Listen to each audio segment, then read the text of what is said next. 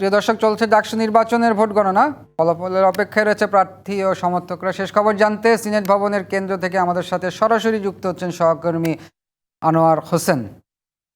আনোয়ার, আমাদের একটু জানাবেন ভোট গণনার সর্বশেষ পরিস্থিতিটা কি আসলে? অনেক সর্বশেষ পরিস্থিতি যদি বলি, আসলে এই সিনেট ভবনের যে এই কনফারেন্স যে হলটি আছে সেখানেই চিত্রটি একটু প্রথমে দেখাতে চাই, তারপরে আসলে পরিস্থিতি কিছুটা বর্ণনা আমি আপনাকে দিতে চাই।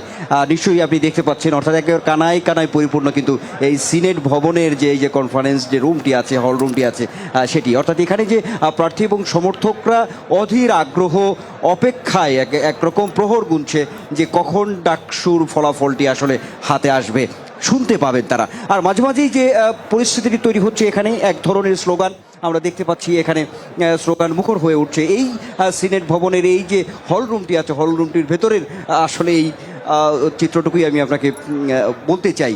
আর যে একটু যেটি বলছিলেন আপনি, ভোট গণনার যে প্রক্রিয়া, সেই প্রক্রিয়াটি আমরা যেটি তথ্য পেয়েছি, যেটি আমরা আসলে গত 1-2 ঘন্টা থেকেই মোটামুটি বলছিলাম, আসলে সেই তথ্যের মধ্যেই কিন্তু এখন পর্যন্ত আমরা আছি।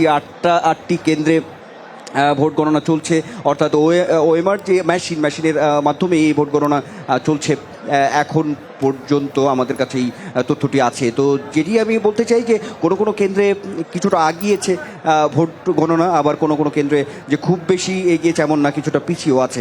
এর কিছু তথ্য বা কারণ যে বিষয়টি সেটি আমাদের কাছে আছে, সেটি হচ্ছে যে আসলে প্রার্থী সংখ্যা তো অনেক।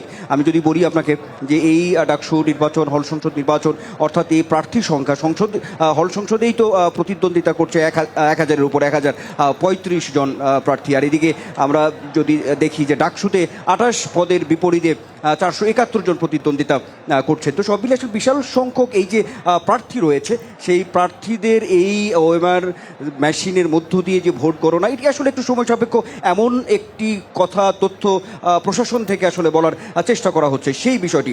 আর এখানে একেবারেই অপেক্ষমান এখানে সবাই, আমরা গণমাধ্যম কর্মী, সেই সঙ্গে এখানে যার প্রার্থী আছে, সমর্থক আছে, এই সিনেটের ভেতরে যেমনটি আপনি দেখতে পাচ্ছেন, সেই সঙ্গে যদি বলি যে সিনেট ভবনের যে বাইরেও কিন্তু সেখানে একেবারেই কিন্তু পরিপূর্ণ সমাগম। একেবারে ক্যাম্পাসের যে পরিস্থিতি আমাদের কাছে তথ্য আছে, সেখানেও কিন্তু কিছুটা উত্তপ্ততা আছে। আর আমরা তো দিনভরই, যেটি আপনি আলোচনার মধ্যেও রেখেছেন, এই যে উত্তপ্ততা পাল্টি যে অভিযোগের যে বিষয়গুলো রয়েছে, সেই বিষয়গুলো কিন্তু এখন পর্যন্ত বিরাজমান। তো সব মিলিয়ে অনেক বলতে গেলে যে বিষয়টি সেটি বলতেই হবে যে আনোয়ার, আমি আপনার কাছে আরেকটু জানতে চাই। আনোয়ার, আপনার কাছে আমি আরেকটু জানতে চাই, সেটা হচ্ছে আপনার কি এই সময়ে যারা প্যানেলের ক্যান্ডিডেট আছে কারোর সাথে কি কথা বলার সুযোগটা হয়েছে কিনা? যদি হয়ে থাকে, ফলাফল যেইটাই হোক না কেন, মেনে নেওয়ার যে মেন্টালিটি বা কতটুকু আপনি দেখতে পেয়েছেন?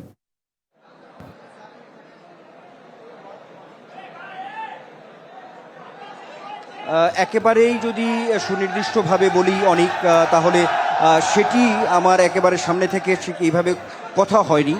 তবে কিছুক্ষণ আগেই যদি আমি আপনাকে 1-1.5 ঘন্টা আগের কথাও বলি, সেখানে সিনেট ভবনে যে প্রধান যে রিটার্নিং অফিসারের যে কার্যালয় আছে, সেখানেও কিন্তু আমরা দেখেছি যে ছাত্র দল মনোনীত যে ভিপি প্রার্থী তিনি এসেছিলেন, লিখিত কিছু অভিযোগ দিয়ে গেছেন। আসলে এইরকম সুনির্দিষ্টভাবে যেভাবে আসলে পাল্টাপাল্টি অভিযোগের জায়গাগুলো তৈরি হচ্ছে আমরা দেখেছি এই প্রার্থীদের মধ্যে, তাতে করে সুনির্দিষ্টভাবে আসলে ফলাফল কি হবে, যেটি হোক আসলে মেনে নেওয়া হবে কিনা, এই উত্তরটা দেওয়াটা আসলে একটু মুশকিল।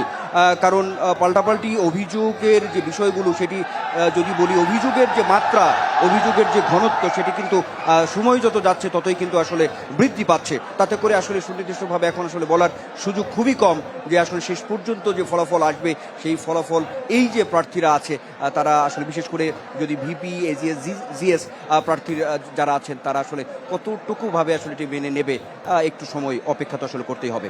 অনেক জি, ধন্যবাদ।